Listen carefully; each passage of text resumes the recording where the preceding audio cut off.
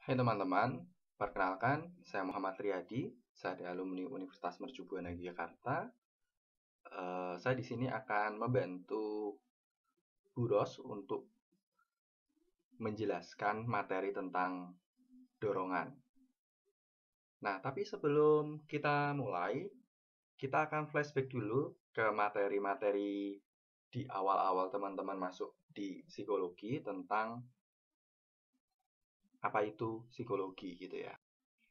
Nah, kalau kita ngomongin psikologi sebagai ilmu gitu, psikologi sudah masuk dalam ranah ilmu itu karena objek kajiannya sudah bisa diobservasi, objek kajiannya bisa diukur gitu ya. Dulu ketika psikologi belum bisa diukur, psikologi masih belum dianggap sebagai ilmu gitu. Nah, ini psikologi yang objek kajiannya bukan jiwa lagi. Kalau dulu objek kajian psikologi adalah jiwa, tapi karena jiwa sangat abstrak dan sulit untuk diukur, maka psikologi saat ini melakukan perubahan, ya. Yaitu kita mempelajari tentang manifestasi jiwa. Nah, di manifestasi jiwa ini kita tahu bahwa pertama ada kognitif. Itu kognitif kita belajar mengenai bagaimana manusia berpikir, berbahasa, bahkan sampai bagaimana manusia punya intuisi. Itu di ranah kognitif. Nah, ranah kedua yang dipelajari oleh oleh psikologi itu adalah ranah afektif. Nah, ranah afektif ini kita belajar tentang afek-afek atau emosi yang muncul, perasaan yang muncul, mood pada manusia. Nah, pada ranah yang ketiga, kita mempelajari tentang konatif atau konasi ini sebagai suatu kecenderungan manusia berperilaku atau kecenderungan perilaku manusia. Nah, kalau kita membahas ini terlebih dahulu agar kita lebih jelas sebenarnya yang akan kita pelajari ini masuk dalam ranah yang mana. Nah, kita pelajari dorongan dan dorongan itu ternyata masuk dalam ranah konasi. Dorongan itu sebagai suatu gejala dari konasi ini sendiri. Nah, sebenarnya posisinya dorongan itu bagaimana dan dalam suatu perilaku. Nah, ini adalah materi teman-teman di minggu lalu. Bagaimana dorongan timbul itu karena ada kebutuhan. Nah, ketika ada kebutuhan, manusia terdorong untuk memenuhi kebutuhan itu hingga akhirnya muncul motif, atau singkatnya motif ini adalah alasan kenapa kok manusia melakukan suatu tindakan. Nah, tindakan ini untuk mencapai suatu tujuan. Nah, tujuannya ini umumnya untuk mempertahankan diri, untuk memenuhi kehidupan, bahkan berinteraksi dengan orang lain. Nah, sehingga kalau misalnya kita berbicara di sini, dorongan ini adalah sebagai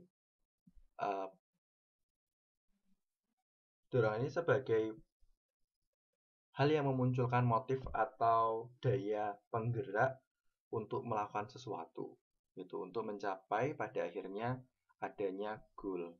Jadi diingat bahwa munculnya dorongan karena ada kebutuhan dan tujuan akhirnya adalah adanya goal atau pemenuhan sesuatu. Nah, di dalam dorongan ini kita belajar ada 2 jenis dorongan, ada 3 jenis, ada 3 jenis dorongan, yaitu pertama adalah dorongan biologis yang sudah teman-teman pelajari kemarin, dan saat ini kita akan mempelajari 2 dorongan lain, yaitu dorongan psikis dan dorongan tak sadar. Nah, dorongan psikis, kira-kira kalau kemarin teman-teman belajar tentang dorongan biologis, itu kebutuhannya adalah kebutuhan biologis tujuannya adalah pemenuhan secara biologis gitu. Nah, bagaimana dengan dorongan psikis? Nah, dorongan psikis ini muncul karena proses belajar, teman-teman. Jadi ada suatu hal yang dipelajari, diperoleh lewat belajar dalam proses sosialisasi seseorang.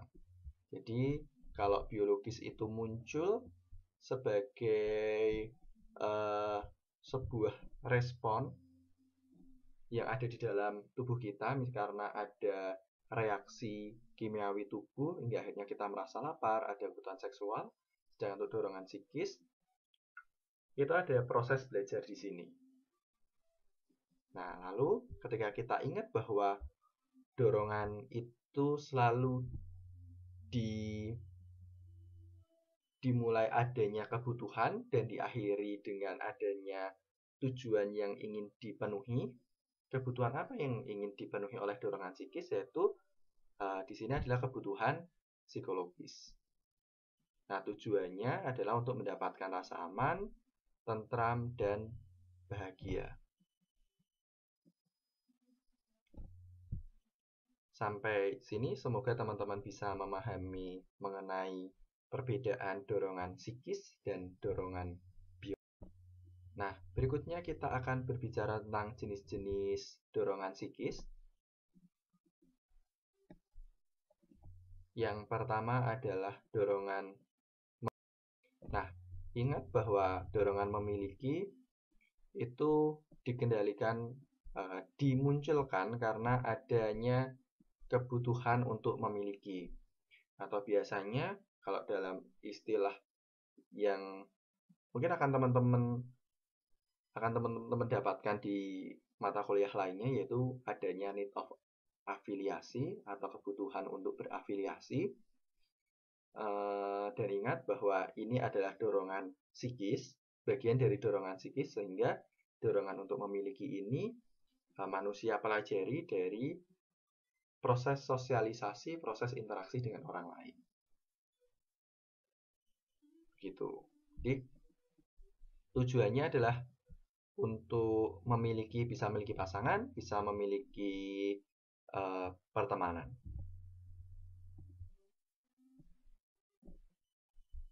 Nah, ini ternyata juga melibatkan pikiran dan emosi.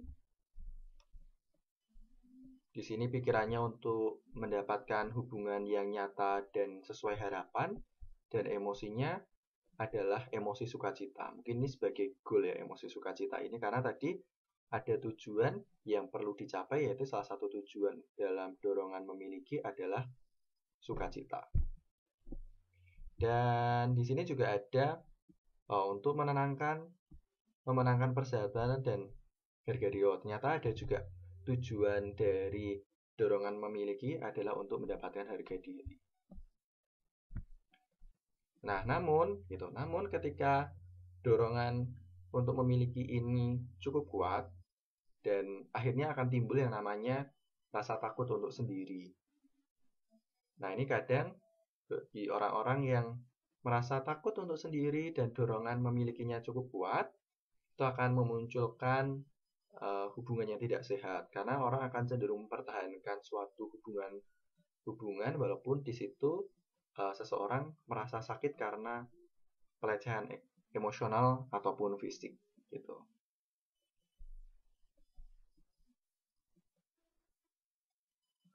Nah, ini ketika putus hubungan yang buruk, orang menderita. Nah, setelah berpisah, perasaan kesepian dan kemarahan masih tertinggal.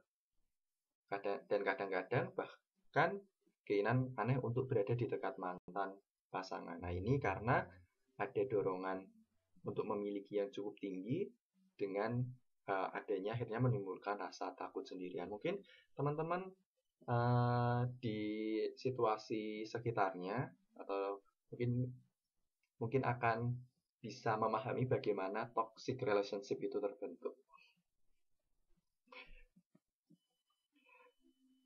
Oke, nah tadi ketika kita ngomongin tentang hubungan dua orang, kita ngomongin tentang saat ini kita ngomongin tentang dorongan memiliki, tapi memiliki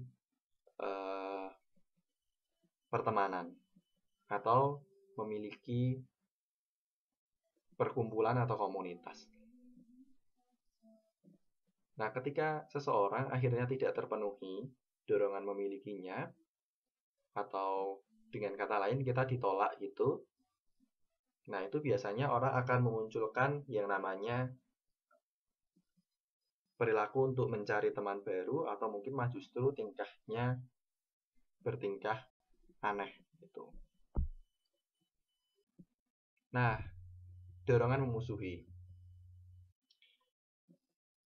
Dorongan memusuhi ini masuk dalam dorongan psikis, sehingga teman-teman ingat bahwa dorongan psikis ini adalah ada proses belajar dari sosialisasi dengan orang lain gitu. Dia memang manusia lahir, manusia mendapatkan sosialisasi di lingkungannya, akhirnya muncullah dorongan untuk memusuhi gitu. Nah, ini dorongan musuh itu nampak dari perilaku manusia, baik itu verbal maupun fisik. Nah, walaupun demikian, sebenarnya manusia itu juga punya tabiat untuk berbuat kebajikan dan berbuat kejahatan.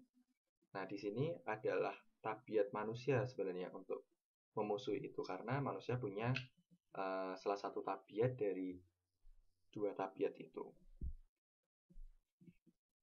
Nah, ini dorongan berkompetisi.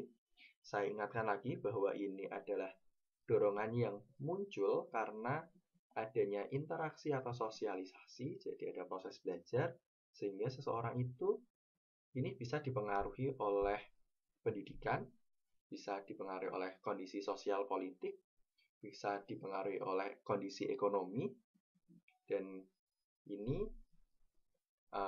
muncul juga karena ada kebutuhan. Nah, kebutuhan apa? Itu kebutuhan untuk meraih kesuksesan, kebutuhan untuk berprestasi. Makanya manusia timbul yang namanya dorongan berkompetisi. Jadi kalau misalnya teman-teman belajar tentang kebutuhan, sebenarnya kebutuhan tuh ada, tadi kalau kita sebut ada need of affiliation, yaitu kebutuhan untuk berafiliasi, akhirnya ada dorongan memiliki. Kedua ada need of achievement atau kebutuhan untuk berprestasi. Makanya manusia juga punya dorongan berkompetisi.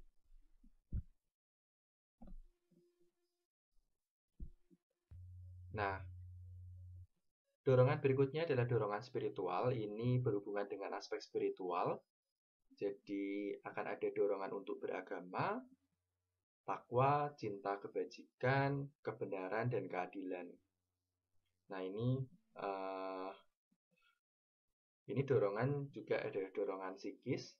Jadi ini ada proses belajarnya. Jadi manusia mungkin belajar dari lingkungannya bagaimana kok seseorang bisa melakukan kebaikan, keadilan gitu. Nah, ini juga ada kutipan yang cukup menarik. Dalam relung jiwanya, manusia merasa adanya dorongan untuk mencari dan memikirkan Sang Pencipta. Dorongan untuk menyembahnya, meminta pertolongan kepadanya setiap kali ia tertimpa malapetaka dan bencana. Jadi dorongan ini sebenarnya pada dasarnya semua orang punya, karena emang proses belajar seseorang bisa jadi ada yang proses yang sifatnya kolektif. Namun, apakah seseorang jadi punya agama atau tidak punya agama? Mungkin bisa jadi karena dorongan beragamanya, dorongan berspiritualnya, beragamanya bisa ditekan atau dialihkan atau justru dimanifestasikan dalam bentuk dorongan yang lain. Jadi tidak hanya sekedar beragama, tapi juga ada cinta kebajikan. Mungkin beberapa orang yang tidak beragama mengaku bahwa dirinya memiliki dia menganut aliran compassion misalnya. Nah, itu kan cinta kebajikan. Jadi sehingga dia tidak memilih beragama, tapi memilih dengan caranya sendiri, compassion misalnya. Ada juga orang yang menganut kebenaran dan keadilan misalnya. Nah, itu bisa jadi orang tidak beragama karena memang merasa bahwa dorongan spiritualnya itu kecenderungan untuk melakukan kebenaran dan keadilan tanpa harus adanya agama, dan itu it's okay gitu ya. Nah, ini tadi kalau kita berbicara soal dorongan psikis, ternyata juga ada dorongan tak sadar. Dorongan tak sadar ini kalau kita ingat bahwa kita punya alam bawah sadar, dan dorongan tak sadar ini juga banyak juga kita di-lead atau dipengaruhi oleh dorongan tidak sadar dari perilaku kita. Nah, ini kadang tuh dorongan-dorongan yang kita punya itu kadang tidak mengenakkan, atau kita tidak mau menerima bahwa ada dorongan itu, sehingga ada kecenderungan kita akan menyimpannya atau menekannya atau menahannya di alam bawah sadar.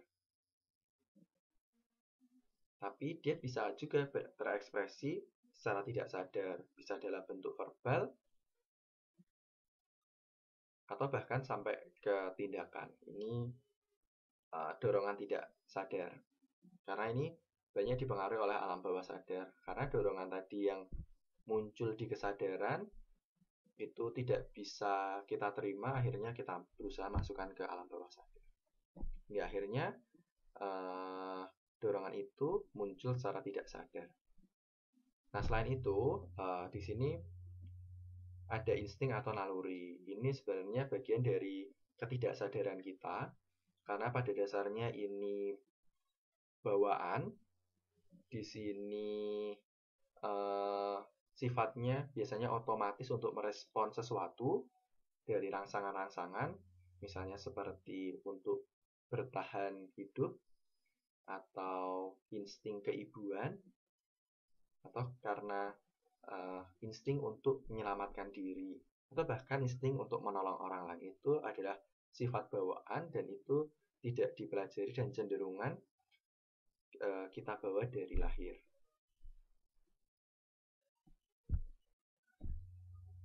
Nah, ini ternyata insting atau naluri tidak hanya dimiliki oleh manusia, tapi semua spesies juga punya insting. Namun bedanya ketika kita bandingkan antara manusia dan hewan tuh cenderung mereka hidupnya berdasarkan insting atau naluri. Sedangkan kalau kita lihat tadi, manusia itu tidak semuanya emang di drive atau didorong oleh si insting ini, tapi hanya pada beberapa perilaku-perilaku khusus, misalnya kayak merespon sesuatu, kayak tadi sifat keibuan, terus menolong, atau dalam kondisi yang sangat darurat tahu-tahu kita bisa melakukan sesuatu. Nah, itu karena insting atau naluri. Sedangkan kalau hewan memang mereka survive-nya karena menggunakan naluri atau insting. Nah, ini adalah pengendalian dorongan. Saya kira narasinya sudah cukup jelas, jadi saya akan bacakan. Meskipun pemenuhan hasrat atau dorongan perlu diupayakan, tapi bukan berarti hal itu bisa seenaknya saja dilakukan. Pemenuhan dorongan harus dikelola sesuai dengan norma yang berlaku. Sehingga teman-teman, ketika kita punya dorongan, ternyata kita juga perlu ada aturan yang mengikat kita. Jadi norma itu juga penting untuk kita patuhi ketika ada dorongan-dorongan yang mungkin itu nggak sesuai. Nah, dalam hal ini perlu dibedakan antara menahan dan menekan.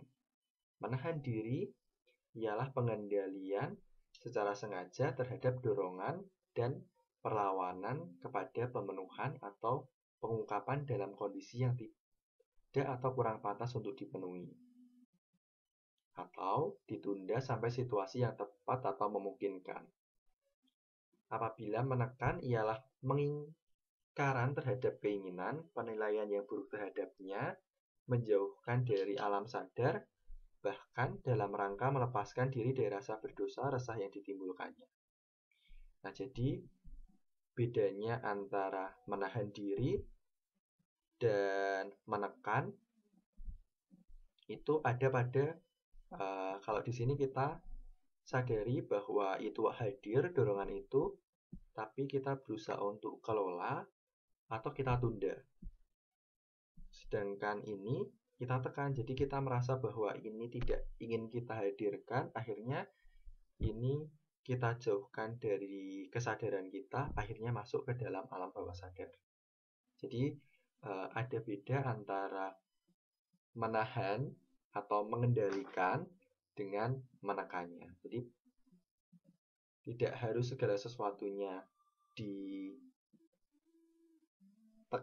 jadi tidak harus segala suatu dorongan itu dilampiaskan atau dilakukan, tapi ada juga memang dorongan yang perlu dikelola. Mungkin teman-teman bisa cari contohnya lewat dirinya teman-teman sendiri. Nah, ini bila seorang gagal dalam menguasai dan mengendalikan dorongan-dorongannya, berlebihan dalam pemenuhannya, tidak proporsional, maka dorongan itu telah menyimpang dari tujuannya hakiki. Jadi kalau misalnya tadi dorongan itu tujuannya untuk melestarikan kehidupan, tapi kalau misalnya di sini dorongan adalah sebagai tujuan, itu yang kita sebut sebagai penyimpangan. Gitu ya. Jadi sudah jelas tentang pengendalian, tentang penekanan hingga penyimpangan dorongan. Kalau penyimpangan dorongan, ingat bahwa dorongan itu sebagai tujuan, bukan dorongan itu untuk mencapai tujuan.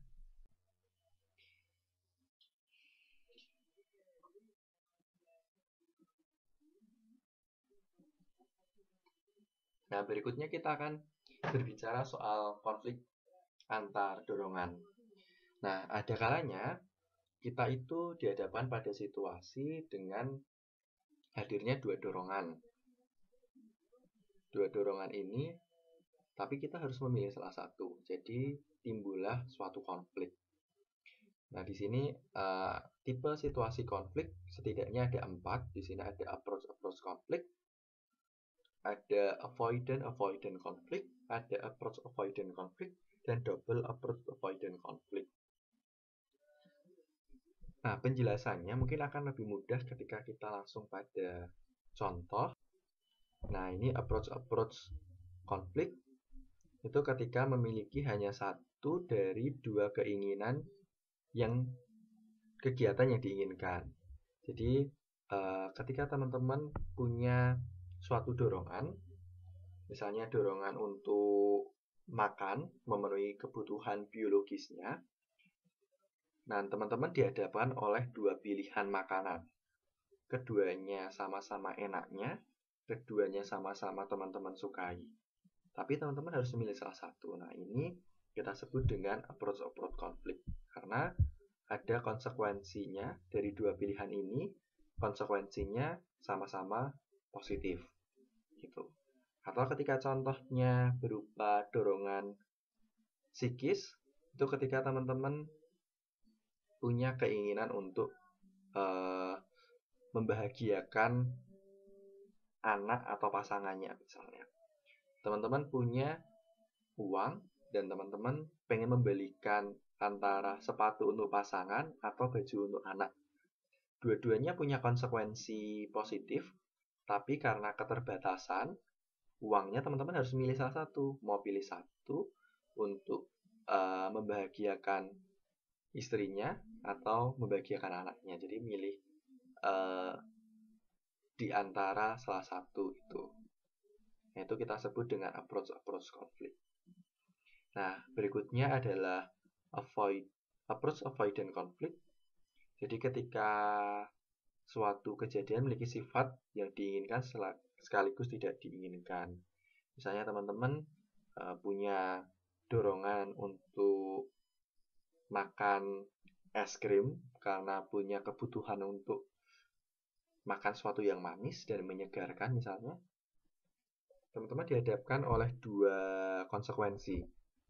Ketika teman-teman makan es krim, teman-teman akan merasa bahagia, akan merasa puas, dahaganya terpenuhi. Namun, di sisi lain, konsekuensinya adalah mungkin berat badannya jadi tidak ideal atau merusak dietnya teman-teman. Ini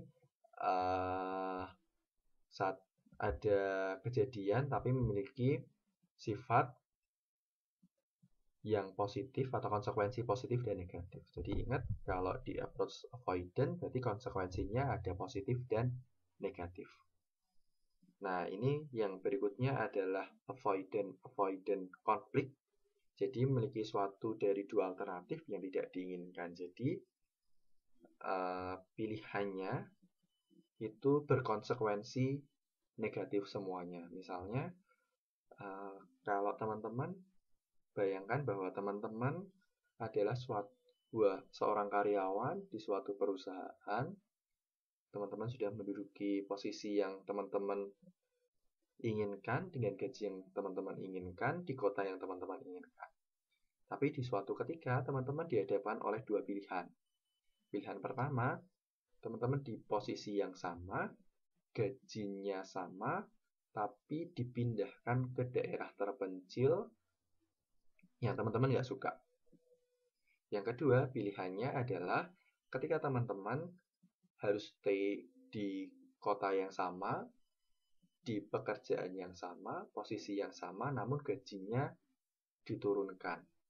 Nah, ini kan ada dua hal dengan konsekuensi yang sama-sama negatif, tapi teman-teman harus memilih salah satu. Nah, kondisi ini kita sebut sebagai avoidant conflict. Nah, konflik berikutnya adalah multiple approach avoidant conflict. Ini ketika alternatif yang kita miliki punya sifat yang kita inginkan dan tidak kita inginkan.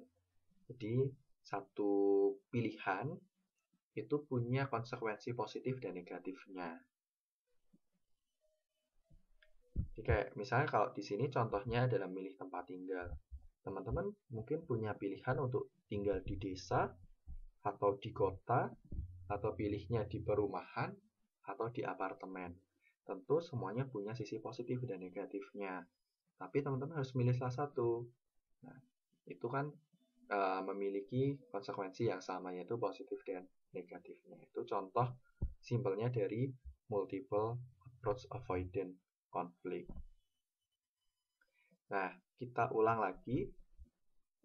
Approach conflict itu ketika keduanya memiliki konsekuensi positif. Approach avoidant berarti konsekuensinya positif negatif, sedangkan avoidant conflict konsekuensinya negatif. Sedangkan multiple approach avoidant itu konsekuensinya setiap pilihan itu memiliki konsekuensi positif dan negatif, gitu ya. Jadi sudah cukup jelas untuk konflik antar dorongan ya teman-teman. Berikutnya kita akan berbicara tentang frustasi. Frustasi kalau di sini dituliskan adalah reaksi subjektif terhadap blocking atau penghalang perilaku atau motivasi penting sehingga menyebabkan terganggunya penyesuaian diri yang efektif. Nah, ini cukup sulit untuk kita pahami ya bahasanya, tapi kita coba dengan ilustrasi. Nah, ini ketika kita ngomongin tentang frustasi, setidaknya ada dua jenis frustasi. Ada frustasi eksternal atau impersonal. Itu frustasi ini karena disebabkan oleh faktor di luar diri kita. Misalnya yang pertama adalah tidak ada hal-hal yang diperlukan, tiadanya hal-hal yang diperlukan. Misalnya teman-teman punya kebutuhan untuk menggunakan sepatu karena teman-teman atlet lari. Tapi sudah muncul dorongan untuk membeli sepatu, motifnya sudah jelas. Tujuannya untuk apa? Oh, dapat sepatu agar mensupport larinya gitu. Namun di sini teman-teman ada ketiadaan pada uang atau hal eksternal itu adalah uang, hingga akhirnya sepatu itu tidak bisa terbeli. Nah, ini akhirnya timbullah frustasi. Nah, atau ini kehilangan, yang kedua adalah kehilangan atau terempasnya sesuatu yang dimiliki. Misalnya teman-teman pengen makan sesuatu, misalnya buahnya itu teman-teman tanam sendiri, teman-teman sudah menunggu buahnya untuk masak gitu ya, sudah nunggu tumbuh, masak, akhirnya pada saatnya buahnya sudah matang, mau dipanen, ternyata dipanen sama orang lain. Nah, akhirnya kita kehilangan buah itu, akhirnya kita merasa frustasi karena sesuatu yang kita miliki hilang gitu. Nah, misalnya itu contohnya. Yang ketiga, adanya larangan atau pembatasan. Nah, ini pembatasan dari hal eksternal. Misalnya saat ini teman-teman punya dorongan, punya kebutuhan untuk jalan-jalan yang cukup tinggi. Nah, tapi saat ini dorongan itu tidak bisa teman-teman wujudkan karena teman-teman sekarang menghadapi yang namanya PSBB. Jadi ada pembatasan sosial berskala besar, hingga akhirnya teman-teman harus tetap stay di rumah.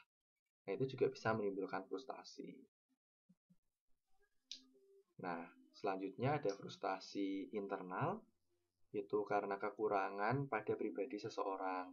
Terus ada hilangnya terampasnya sifat-sifat atau kemampuan yang dimiliki seseorang. Nah, ini faktor internal itu bisa berupa kita memang tidak punya atribut psikologis tertentu, atau kita kehilangan suatu sifat-sifat tertentu. Misalnya teman-teman pengen pengen makan kelapa muda, pengen minum es kelapa muda, tapi teman-teman harus memetik kelapanya. Tapi teman-teman tidak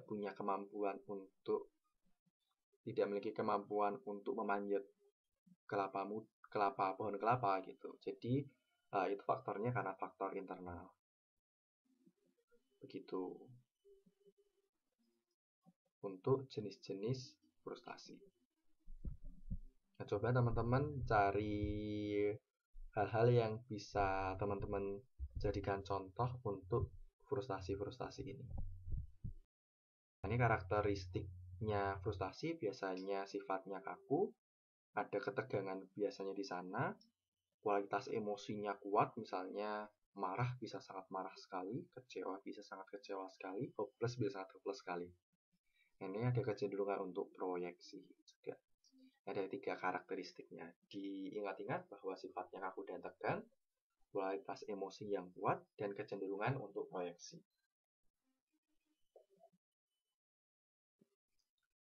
Nah, berikutnya bentuk-bentuk reaksi emosional dari frustasi. Nah, tadi ada agresi marah, jadi kita punya kecenderungan untuk melakukan agresi karena ada kemarahan, ada ketidakberdayaan,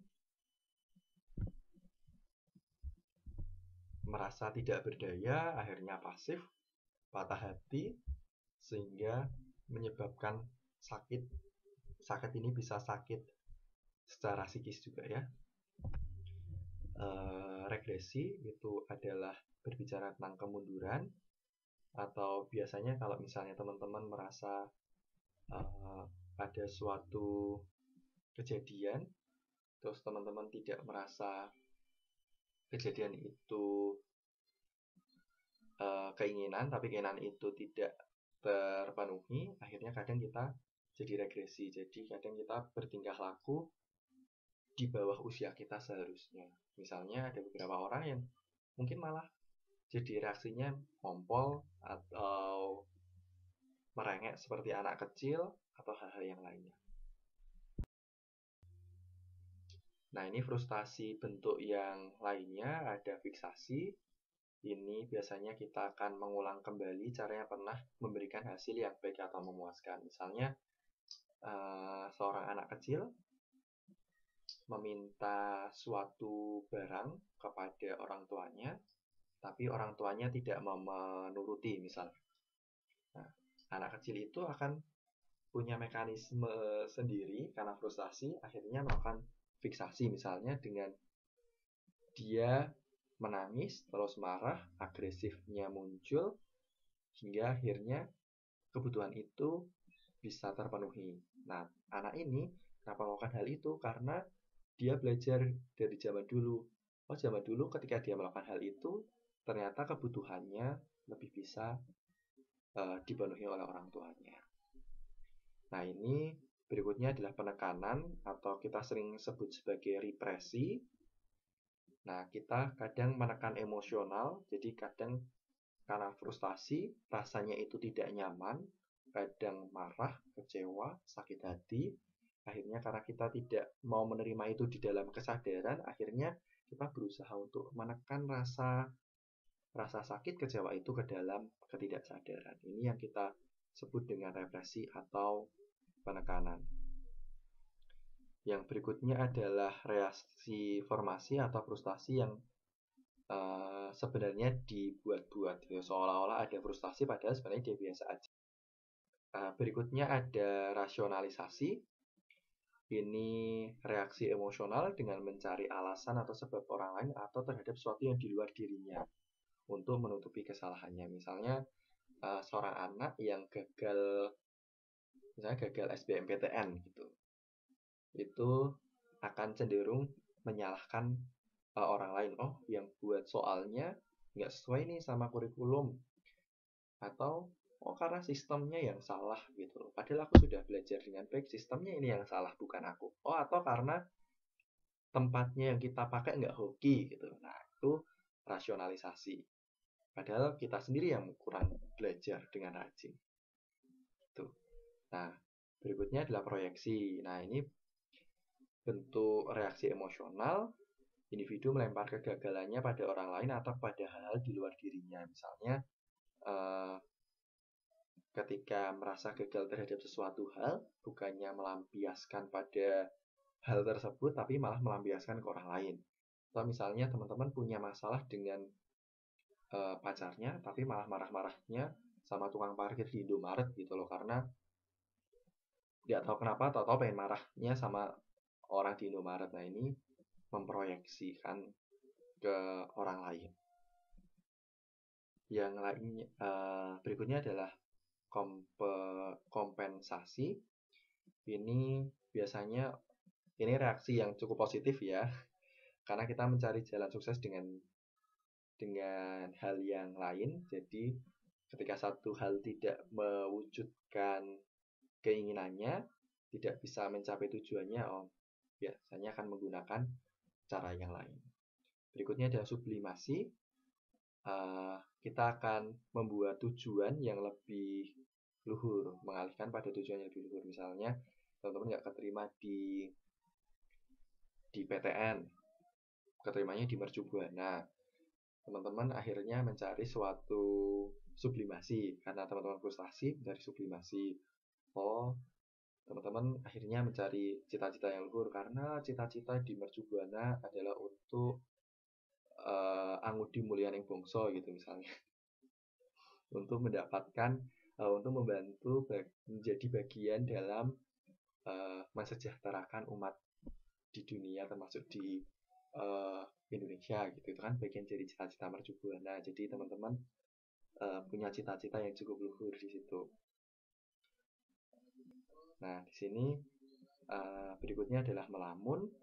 Nah, melamun adalah reaksi frustasi dengan cara melarikan diri ke alam khayal. Jadi teman-teman membuat alam khayalnya dan lari dari dunia nyata ke alam khayalnya. Paham pasti kalau soal melamun ya. Oke teman-teman, materinya sudah selesai.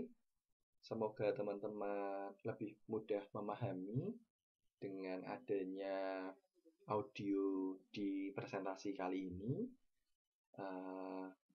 Tetap jaga kesehatan.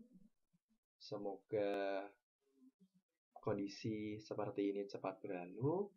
Terima kasih atas perhatiannya. Mohon maaf apabila ada kesalahan. Sampai jumpa di sesi berikutnya.